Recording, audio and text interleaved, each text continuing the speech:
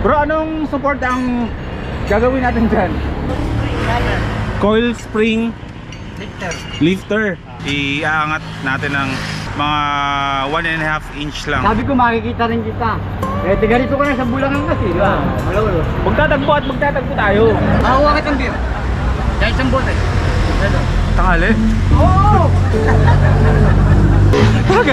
May pulutan bang dala? Ako magpapakalma tayo bago matulog. Di ba yan ako nung mapagod gagawa ng jack? Kumalma ka lang. Ano yung impression mo kay Boy first time dati? Na pinapanood mo lang siya sa video na kausap mo ngayon?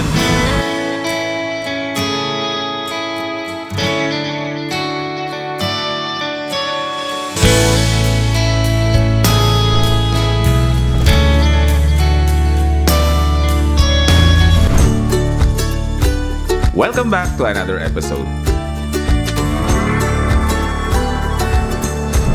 7 p.m.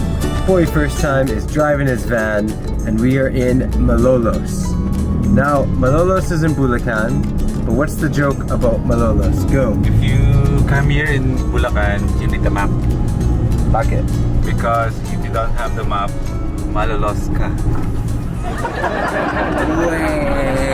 That was really good though, man. We're going to the convention center because there's a bunch of food there and a good place to eat. I think you actually took Commander out before, no? Yeah. So, yeah. We're gonna make our way through Malolos and not get Malolos.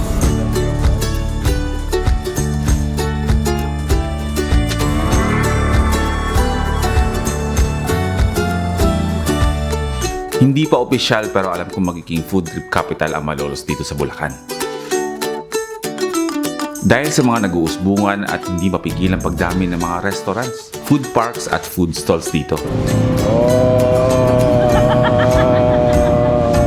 The biryani is hypnotizing us.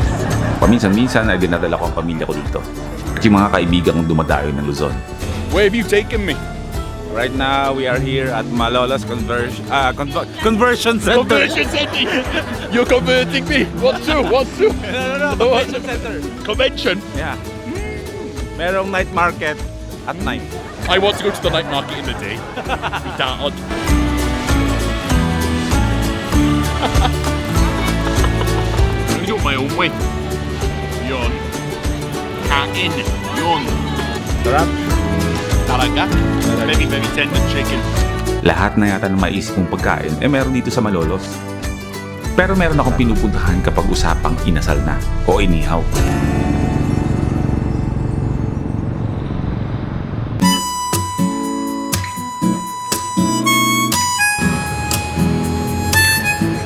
Okay, magandang gabi. Nandito tayo ngayon sa Barangay Pio Cruz Cosa dito sa Kalumpit, Bulacan.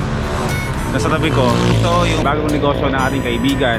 Si Bro po, congratulate natin sa kanyang bagong venture. Si Pok ay magaling na kusinero.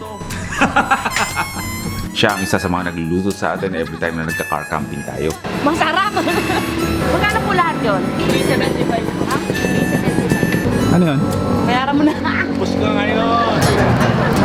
Mahigit 26 years siyang nagtrabaho bilang isang manager sa isang kilalang grocery store. Sabi ko nga, dali na lahat eh. Na ngayon ay nag-decide na magsimula na siya ng sarili niyang negosyo. Pwede pa ako dito? Na nakalinya din sa gustong-gusto niyang gawin, ang pagluluto. Ako, tingnan mo. Ay, masarap siya. Hindi siya matamis. Ha? At habang nag-aantay na maluto ang inihaw na ulamin namin ngayong gabi, katabi ng inasalan, makikita naman ang isang shop ng mga damit. Anak naman niya ang nagmamayari nito.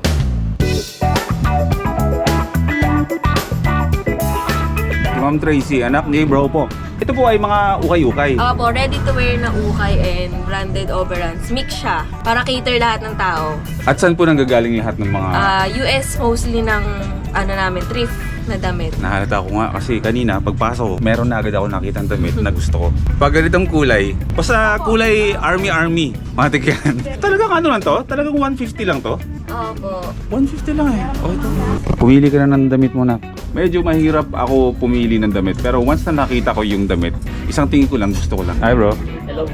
Ito sir, mga selection naman natin yan. Iba-iba yung price niya. May 250, may 350. Selection natin sa karamihan yung mga vintage, yung iba na pag yung mga branded na nakabukod. Yung mga matataas yung value sa market. Yun ang tinatawag Na na selection. selection. Pili, no? Kasi yung vintage may value na ngayon sa market sa ukay yun eh. Tumataas yung value niya ngayon eh. Kahit sa ukay-ukay? Oo. Yung mga damit na nabibili ng 20,000, 100. Sa ukay-ukay yun? Lalo kung mga iconic artists, tas iba patay na. Mga 70s, 80s na lang. Lalo uso. pag dated siya. Ayun nung Okay.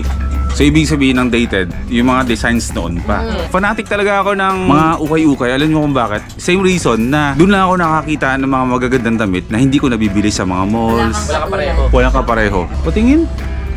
Ito, kaya mo itong isuot. Siyempre, pang ano eh. Wearing only this?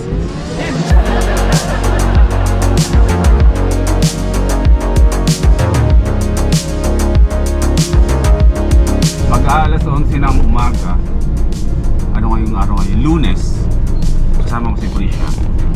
Pabalik na siya ng Laguna kasi nga may mga aasikasuhin kami. Meron siyang task sa Laguna. Meron din akong task dito sa Laguna na which is dito para sa Bulacan na which is in time sa malapit na panahon malalaman nyo rin kung ano yung pinagkakaabalahan namin dalawa. Kaya siya nasa Laguna. Ihatid ko lang siya sa sasakayan and then mag-proceed na tayo sa mga dapat natin gawin ngayong araw na to. Ayun! Jollibee! Drive-thru. Hindi baka sumabit yung roof tent natin. Hindi, magkano tayo, mag-park, bili sa loob, dito tayo sa loob ng camper van kumain. Okay ba yan? Sige. Ayun. Ay nako, hindi niya talaga mapapakain yan doon sa loob. Mas gusto niya pa dito. Sa labas. Ang bilis ah. Oh, ang bilis ah. Jollibee! May macaroni soup. Kalimutan ko. Compare sa ano? Sa mga fast food chains ngayon, may mga pinipindot-pindot yung parang malaking parang tablet. Ah. Ang bilis ng buhay. Wala nang pila-pila. Feeling ko, the more na nagka-camping ako, mas lalo lumalala yung pagiging introvert. Bango. Sino nakaranas sa inyo na nasa loob kayo ng bus tapos merong kumakain ng Jollibee na burger? Yung hindi ka gutom pero dahil naamoy mo yung burger sa loob ng bus, magugutom ka tapos maiinis ka kasi kumakalamig si Kamura. Di ba? Sarap. Sino nakapansin ito? Itong sugat ko sa tuhod. Hindi ko na-explain kung bakit meron ako nito. Nakuha ko yun sa pagmumotor. Na-aksidente ako. Kaya okay na ako. After ng Philippine ko, 2 beses ako na-aksidente. Kaya medyo pahinga muna sa pagmumotor. I mean, sa pag-video ng nagdadrive ng motor. Medyo traumatic ang nangyari sa akin pagdating sa mag-vlog ng nagmumotor. Medyo hindi maganda ang experience kaya sabi ko nga magbumotor pa rin naman ako pero enjoyin ko muna yung mga pagkakataon ngayon na medyo pahil pa lang ako dun sa trauma na nangyari sa akin dahil sa aksidente. Dahil senaryo nung aksidente ko, lalo na yung pangalawa, yung dalawa, yung una nakapag-isip pa ako na shucks, katapusan ko na. Nagsaslide ako sa kalsada ng ganun, ng napakahaba at uminto ako mismo sa harapan ng sasakyan. Buhay naman. Pangalawa, muntik akong salpukin ng Hilux. Pasin. So ayun, magaling na. Mas nauna nang gumaling yung mga sugat ko pero yung nervous ko sa pagmumotor, kaya andyan pa. Pero konti na lang. Pero sabi nga, para happy na siya. Sabi nga, sa lahat ng mga trauma na ganyan, hindi lang sa pagmumotor, sa kahit anong trauma na meron tayong nadadaanan sa buhay, hindi yan basta-basta nawawala. Hindi yan basta-basta makukuha na sabihin mo sa akin or sasabihin mo na sa kaibigan mo, natutulungan kita sa trauma mo, gawin mo to kasi gusto ko tang tulungan. Hindi. Kailangan yun ng oras, kumbaga in his own face, in her own face, hanggang sa mawala yung trauma na sinapit niya sa isang sitwasyon. For example, si Prisha, ang tagal-tagal na ng panahon, magkakilala kami mahigit 3 taon pa lang. Pero ang trauma na meron siya ngayon dahil sa aksidente rin ng motor is way back like 10 years ago. Hanggang ngayon dala-dala niya. Kaya lagi kami nagka-clash kapag ako yung nagdadrive ng motor. Pag-angkas lang ako. Ayun, pag-angkas. Pero ako yung pinaka-safe na nagdadrive ng motor ah. Pag ako driver mo. Oo, pero pag trauma nga kasi, hindi mo wala talaga mahal. See? Diba? Kumain na lang tayo ng Jollibee.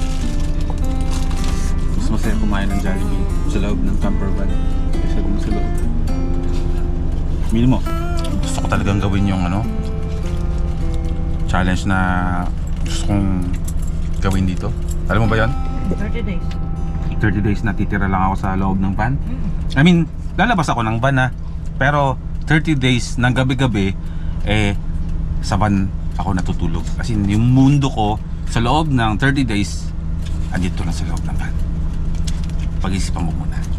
Hindi madali yun, pero gusto kong gawin. Jollibee ko bitin. Saka na, ayoko nang bumalik. Alam ko na kung anong gagawin niya mo. Kung anong toothpick yan. Kung anong toothpick niyan oh. Sige.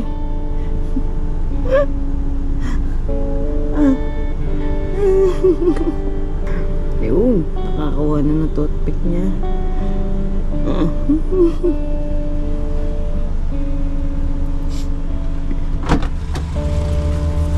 Toothpick yan.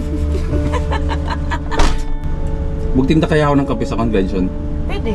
Once a week, no? Tapos Oo. imimit lang natin lahat ng mga first timers. Pwede. Bibili naman kayo, diba? Oo daw. Gusto ko kapeng yung yung native coffee ng Cotabato ang gusto. Ayahay ko kaya si Bancada. Di ba may Perfect yun. Di ba si Bancada may bro? Di ba yung laksa na favorite natin? Total naman camper van naman to. Papaalam lang. Di ba libre ang ang magtinda sa convention gabi-gabi? Walang bayad 'yon. What if once a week pag walang biyahe ba, kumbaga rest day namin, punta kami doon, tapos i-set up natin yung camper van namin. Tapos ako magtitinda ako ng kape. Siya naman. Tapos sa mga labas. cookies kung ano meron pwedeng i-partner sa kape. Tapos siya, si Bancada sa tabi ko, magsiserve din siya ng laksa, soup. Ay, ang sarap. Okay.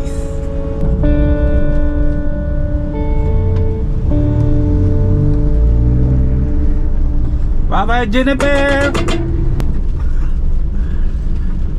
Ay, back to kanya-kanyang buhay na naman ulit. Malalaman nyo rin yan sa mga susunod kung ano yung mga pinaghahandaan namin at kung ano yung mga pinagkakaabalahan namin kung bakit ganito na ang setup namin dalawa ni Jennifer.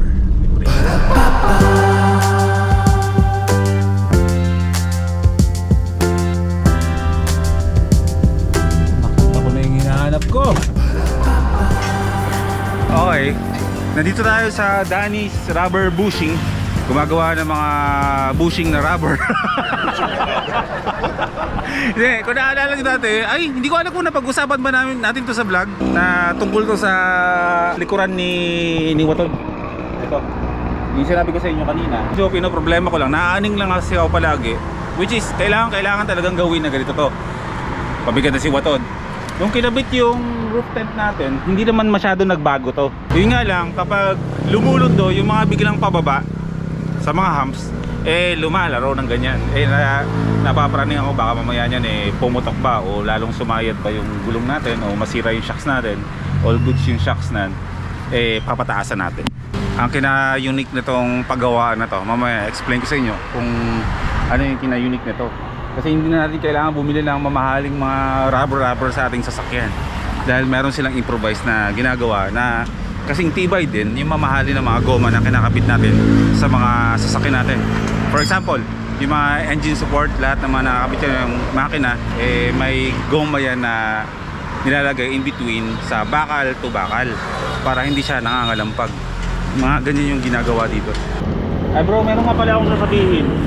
Mas mabigat bro yung nasa kanan ko. Medyo nakaganon siya ng konti. Napigi ba? Hindi naman halata. Hindi medyo lang ay babalansin mo lang. Masisipat mo naman yan, di ba? Hindi medyo mo lang yung kapal na lugar rito natin. Mas makapal lang to konti dito. Oh, sige. Magkasing tibay pero hindi kasing mahal. Ito yung mga ginagawa nila dito. Engine support, transmission support, center bearing, stopper, and rubber bushing.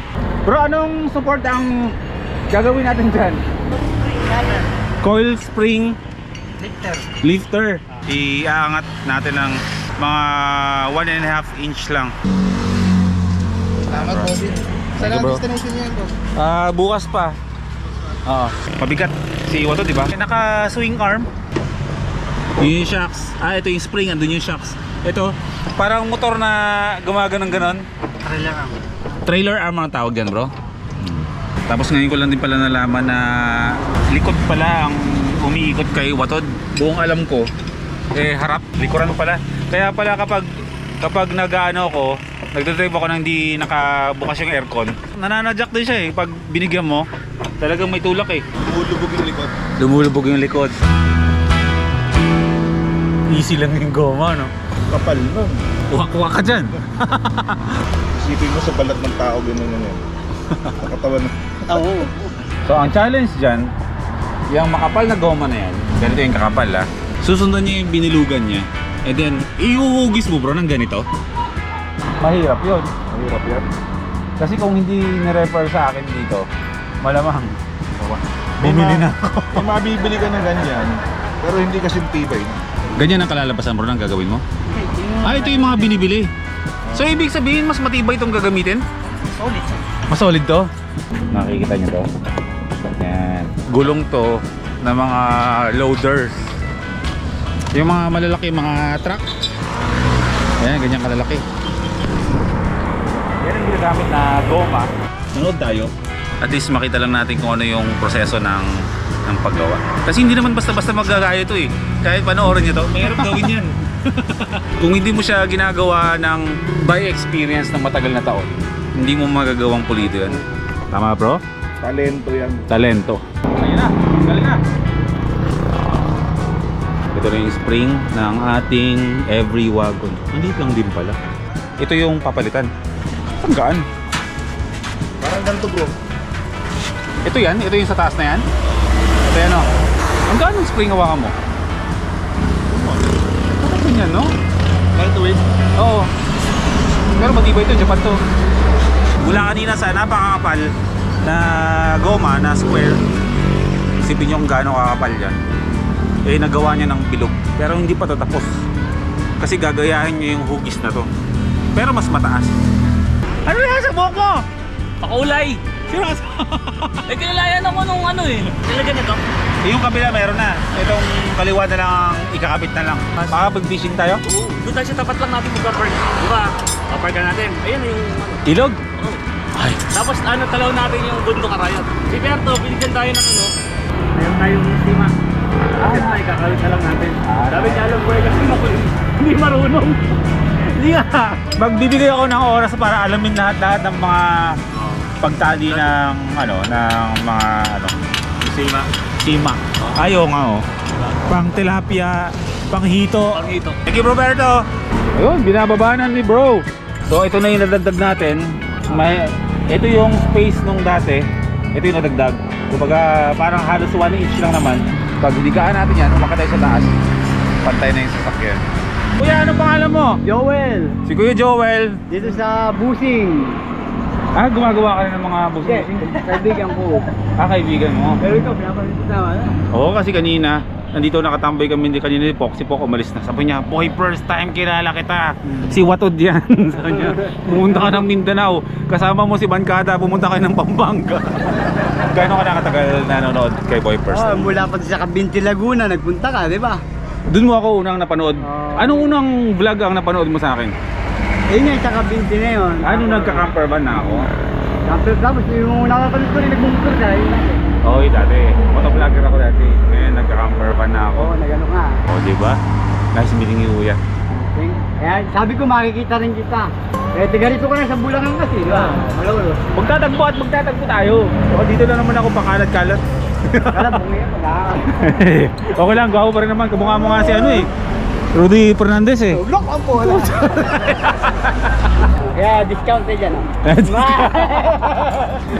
Hindi, suporta tayo sa negosyo, hanap buhay ng lahat. Ako naman hindi naman ako humihingi ng discount. Lalo na kapag alam ko yung trabaho yun talaga pinagkakita. Hindi ako kasi natutuwa ako sa'yo Minsan yung dito sa Bustos, nagano ka maga. Oh, May babae nakikapi sa'yo. ano nakikape? Yung silent, cooking, camping, ganon? Babae mahalo, di ba? Panood Oo, ko yun. naalala ko yun. Gusto ko ng kapayapaan, hindi ako binigyan ng kapayapaan ni ate. Ako alam mo, pag kami gusto kong bago makatulog, for first time, di ba? Pampatulog talaga yung vlogs ko, no? Pampakalma talaga siya sa gabi, no? Kalma, yung ano ka marirelax ka. At least effective yung goal natin na yun talaga ang ginugol ko na. Sabi ko, tinandaan kay Ban mo na makikita ko na ako dito sa amin yan. Pero tao. Makuha kitang beer. Kaya isang bote. Tanghali? Oo! May pulutan bang dala? Pagbigyan na natin yung mga ganito kasi hindi naman palagi nakikita tayo. May pulutan pa! Ito, pag damudan mo ito. Ito lang ano ko sa'yo Pag kailangan mo ng garden soil, Joel. No? Anto, gumagawa ka ng mga... Hindi ako, garden soil yan ako. Yun ba yung binibenta mo? Oo, pang Lupa? landscaping. Landscaping. O pag nagkabahay ako, ikaw ang magla-landscape ng bahay ko. Walang Sabi problema. O sige. O hindi ko tatanggalin. Samahan mo na kaya ako dyan sa regalo mo sa akin. Saan yung isang bote mo? Kaya ba, inuman to may... Hindi, inom tayo. Hindi ko tatanggihan yan. Hindi ako manginginom dati. Naalala ko dati nung nagbabanda-banda pa ako, bro. Tumutugtog ako. Hindi 500 ang bitbit ko. 1 litro nakatabi sa akin habang tumutugtog ako. Tapos tumutog ako, umiikot-ikot ako sa loob ng par. 1 litro na lang. Ganon ako dati ka... Hindi naman lulok. Kalakas lang uminom. Cheers na tayo. Sa wakas nagkita rin tayo. Woo! Las dos! Kumusta ang takbo ng negosyo mo? Okay naman. Nakakaraos, di ba? Ganun lang naman yan hindi mo makikita ng malaki. Big time mo nga Big time. Titinda ka ng lupa Pero walang pitulo. Wala dito. Pawi ko yung pagod mo. Kapag energy ng vlogs ko. Relax ka pag kaya kumakamalyan. Nakakatulog sila. Kinakatalugan mo yung vlogs ko. Hindi. Nakakatulog ka pagkatapos mong panoorin. Oo. Saka sarap din nun yung magabong ang pagod. Tapos nanonood ka ng vlog ni Boy First Time. Paalmahin ka ni Boy P. Oh. Paparapyo daw siya kaso digipan ng cellphone mo. Ha? Digipan ng cellphone mo ngayon Kaya hindi ako mag-picture no? Pero nasa bahay kasi. Gusto mo mag-picture tayo o post ko sa social media? Sige na. Yeah, charot lang. Okay. Basta na-meet lang kita. Ako thank you kasi nakita tayo. Kailangan ka sa Patin Bisaya, Pambed, di ba? Oo. Napanood ko yan. Basta mag-enjoy ka lang manood sa akin. Ako magpapakalma sa'yo bago matulog. Di ba yan ako ning mapagod gagawa ng vlog. Kumalma ka lang. Iba kasi, di ba? Walang hilig-hilig Okay, mahilig ako sa ganyan kasi. Yung mga travel, di ba? Adventure, di ba? Mahilig ako ganyan. Parang kailangan ako. Nung bata ka ba, mahilig ka talaga sa gano'n? Mahilig. Gala ka rin ba dati? Wala ako kaso, siyempre wala naman tayo dito. Kaya na, parang lumayo, di ba? Kasi nagde-negosyo ka. Hindi. Ako, kahit di ko nararating yung iba't ibang lugar, pinapanood ko na lang. Para ka na rin nakapunta. Para ka na rin, di ba? Para mo na rin narating. Kaya, hindi ka man nakapunta ron. Di ba? Ganun pala sa lugar na yun. No? Para ka na rin nakapunta. Oo. Yeah. Nahiyatin ka na, di ba? Travel vlog, di ba? Isipin mo yun, nakaganyan ka lang sa kwarto mo. Nanonood ka, bumabiyahe ka. Di ba? Pagkatapos mo manood ng vlog, parang bumiyahe ka na rin. Bumiyahe ka na rin. Saka kasiyahan ka. Ganun pala makikita mo sa mga lugar-lugar, di ba? Mga tourist destination, di ba? Kaya, kahit na nandito ka lang. Okay. Oh, cheers! Let's! Napakalaking bagay na... Bakit mo nagustuhan si Boy First Time panoorin? Ang dami-daming vlogger dyan. Nakalim ako Pag napapanood ko siya, panatag ako. Yung dadaling ka niya sa sa mga travel niya na hindi mo pa napunta na parang Nasa baybay mo ako dito sa Sa van? Yung nakargahan ko ng Diesel. diesel. Oo. Talaga, alam ka ba yung sticker, di ba? Alam mo ah. Panapit siya, boy. Panapit. Ano lang ginawa ko dyan sa van, mga kapalpang. Pero ngayon, okay na. Hindi ko man siya kayang ayusin. Kung ano-ano mga technical o mechanical na ayusin dyan. Pero iniingatan ko na siya. Bahay ko yun eh. Bahay. Kumbaga walang pinagkaiba yan. Kung tutusin nga, mas atawang pa ako na nasa loob ako niya natutulog kaysa sa kwarto ko. Diba yung pangarap mong magaganyan, diba? Kahit naman sino eh. Diba? Oo, diba? Masaya ka pag nakakita mong lumalayo ako biyahe. Kahit na nung nakamotor ka pa lang, ilabot ka na din sa Mindanao. Hindi naman nakakatakot sa Mindanao. Ang sabi mo, pagkagabi. Paggabi, diba? Masyado ako defensive eh. Maganda dun kasi. Maganda sa Mindanao. Nakapunta ka na ba dun? Hindi pa nga eh, kaya nga ako nanonood na lang eh. Ay, sorry. Ano pa? Ano pa yung mga napanood mo sa akin? Yung mga hindi mo makakalimutan. Ito ba, meron pa ako isang tanong. Ano yung impression mo kay Boy first time dati na pinapanood mo lang siya sa video na kausap mo ngayon? Suplado ba ako? Mukha ba ako suplado? Ang sabi ko lang ha, talaga sa totoo lang. Kung ano ka doon sa napapanood nila, mas higit pa. Sa kaharap ka. Wala ang alak yan? Personal. Hindi sagot ng may tama ang alak yan? Wala. So, ako kusang ibang sila. Hindi kasi, sinasabi kasi nila minsan suplado ako kasi may sarili akong mundo. Pero hindi ako suplado. Tahimik lang ako palagi pero hindi ako suplado. Wala akong masasabi na ano basta ako. Kung ano yung napapanood kita. Mas sumanga pa ako nung nakaharap kita ng personal. Parang pinapanood mo lang, pareho lang, ganun lang. Sa akin kasi, kapag may pumara sa akin, nakikipagkwentuhan talaga ako. Kaya hindi nila alam ng iba. Nagbibigay talaga ako ng oras sa mga taong, lalo na yung kilala ako. Kasi, aminin mo sa akin, ang tagal mo ko pinapanood, tapos lagi mong inisip na kailan ko ba makikita si Boy first time. Tapos anong mararamdaman mo kapag nakita mo at inisnab kita? Siyempre, Sasama loob disappoint ako na. disappoint ka. So yun hanggat maaari, hindi ko naman siya nagagawa lahat kasi minsan kasi may nakakita sa akin. Pero siguro kung porno rin sa taong makakaharap mo ngayon, baka mamaya yung dating, di ba? Oo. Pero hindi ako mukhang suplado. Hindi. Saan tayo? Kababayan tayo, Bulacan. Bulacan yun. We the North.